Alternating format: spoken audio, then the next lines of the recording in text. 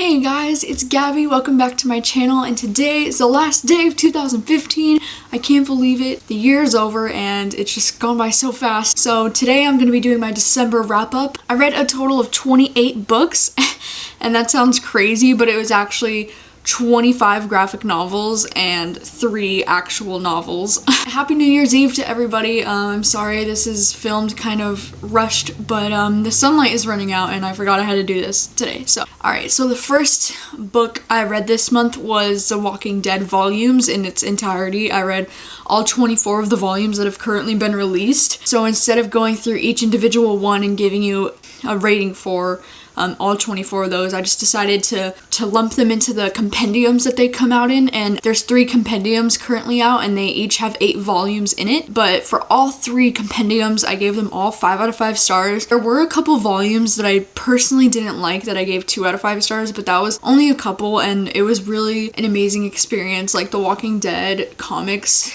are so good and they're really similar to the show, but they're also really different. Like, a lot of the deaths that happen in the show are really different than how they happen in the comics, and there's a lot of characters that are in the comics that aren't in the show and vice versa, like characters they created for the show that aren't in the comics. So I thought it was really interesting and all of them were so good. I read all 24 comics in about a week and a half. Really awesome. So that makes up for 24 of the books I read this month. Another one of the comics that I read this month was this comic called Chew, and I only read volume 1, but it's this world where a chicken is illegal, which is crazy, and it follows this cop named Tony, and he's like really funny, and it was a really interesting volume. I definitely want to check out more of those. But yeah, this one was really good. It was really funny and it had like a lot of dark violence and dark humor. And I gave the Chew Volume 1 4 out of 5 stars. The first actual novel that I read this month was called The Effort List by Julie Halpern, and I gave this one 4 out of 5 stars. I really loved it. I've been wanting to read this book for a long time. I actually really loved the humor in this book. It's about this girl who finds out that her best friend has cancer, and so she decides to help her complete her bucket list, which later turns into her fucket list. And it's just such a cute and amazing book. I loved our main character has this relationship with this guy named Leo who loves like movies just like she does, and so they have this really cute bond over that. And I loved her relationship with her best friend. I just found them to be very relatable, and like that's everything I would want in a best friend, you know. So I really enjoyed this book. It was so cute, and that cover is just absolutely beautiful. Like, oh my god. The second actual novel that I read this month was A Sense of the Infinite by Hilary T. Swank.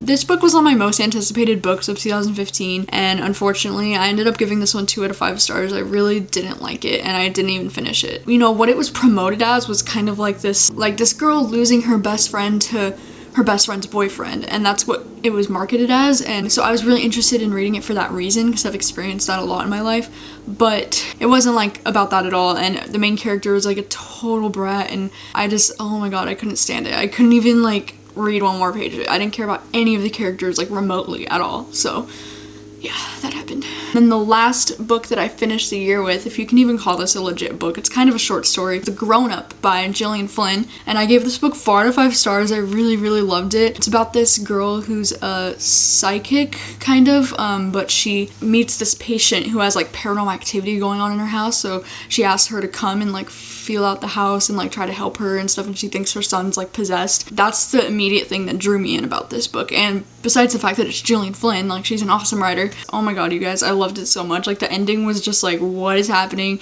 And I mean, I was kind of frustrated that the ending just kind of left off on this huge cliffhanger, because the book was only like 60 pages, so it's like, you know, you could have added a little bit more to wrap it up, but oh my god, it was so intense and so good, and wow, I love it. Highly recommend it. So those are all the books that I read this month. For my end of the year total, I read 94 books in the year 2015. That was 66 novels and 28 graphic novels, and that totals up to 27,162 pages. The shortest book I read in the whole year was The Grown Up by Gillian Flynn at 64 pages, and the longest book I read this year was Winter by Marissa Meyer, 824 pages. The average rating I gave books this year was 3.9 out of 5 stars. Average length of pages I read per book was 289 pages. My most read authors authors this year were Colleen Hoover and Robert Kirkman. The first book I read in 2015 was All the Right Places by Jennifer Niven, and the last book I read this year was The Grown Up by Gillian Flynn. Also, if you haven't seen it, I made a video of my top 15 books of 2015, so if you want to check that out, I'll leave a link in the description so you can go check it out. Thank you for watching as always. It's been a really awesome year, and this was my first year on BookTube, so I really appreciate all the support, all the comments, likes, subscriptions, everything. Thank you so much, and I'll see you guys in 2016.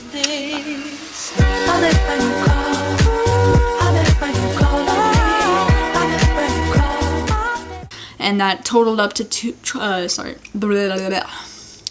and so I went into it not really expecting like what's gonna